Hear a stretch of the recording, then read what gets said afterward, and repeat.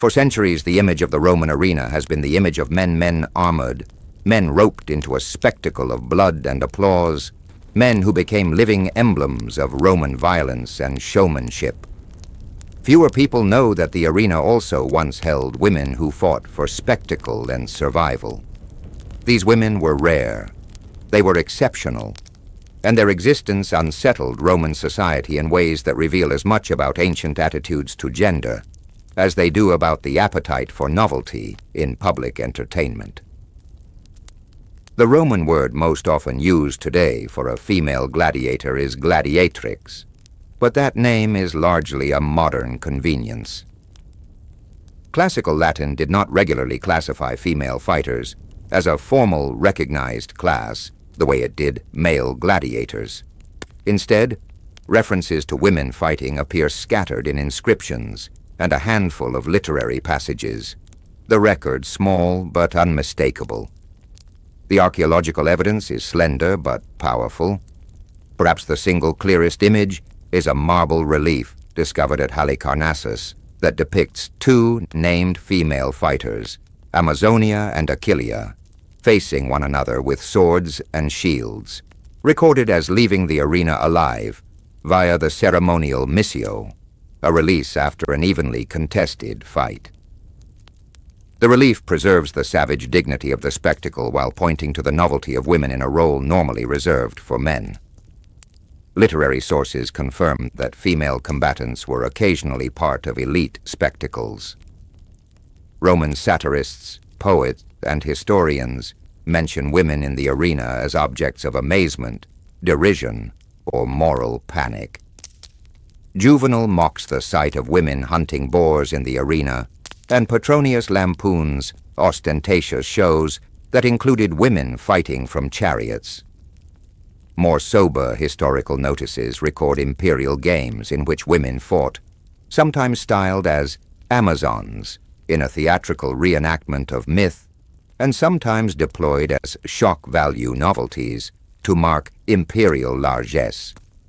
These mentions are brief, often contemptuous, and their tone shows that contemporaries treated female combatants as an oddity rather than a regular element of Roman munera.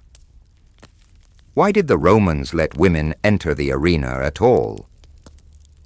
The answer lies at the intersection of spectacle and status. Gladiatorial games were political theater, gifts to the populace that signaled wealth, power, and control. For an ambitious sponsor surprising the crowd with the unexpected exotic animals, elaborate stage sets, or the rare sight of women fighting amplified applause, and ranked the sponsor as daring and extravagant. Most female fighters were probably slaves, performers of low social standing, or women who sold their labor to escape debt. At the same time, elite women sometimes joined spectacles as an ostentatious demonstration of status, in which case the novelty and scandal only increased the spectacle's political effect. The Roman state did not always welcome the novelty. By the 1st and 2nd centuries of the Common Era, lawmakers and moralists reacted against the phenomenon. Senatus Consulta and imperial rulings indicate discomfort with women taking on such public, violent roles, especially when women of high rank and proper citizen status were implicated. The anecdotal record holds a few sharp responses. During the later 2nd century, and certainly by the reign of Septimius Severus, authorities curtailed and eventually forbade female gladiators in many contexts, a prohibition that scholars read as both a moralistic backlash and a way of policing elite behavior. The ban did not erase past performances, nor did it eliminate every case of women in the arena, but it did mark the phenomenon as officially unacceptable in respectable Roman eyes. Archaeology fills in only part of the story and often raises new questions. Inscriptions and programmatic notices from cities such as Ostia record provisions of women for the sword at particular games, showing that municipal magistrates sometimes hired female fighters for festival spectacles. Other material finds have prompted debate among scholars and the public. A cremation burial found in London and other human remains have been variously proposed as evidence for female gladiators in the provinces, but such interpretations are contested because women connected to gladiators' lovers, partners, or devotees, and female devotees of martial imagery can leave similar traces. The balance of evidence suggests that, while female gladiators existed, they were always the exception rather than the rule, and their very rarity made them a highly prized novelty for sponsors and spectators alike. How did these women fight, and how were they represented?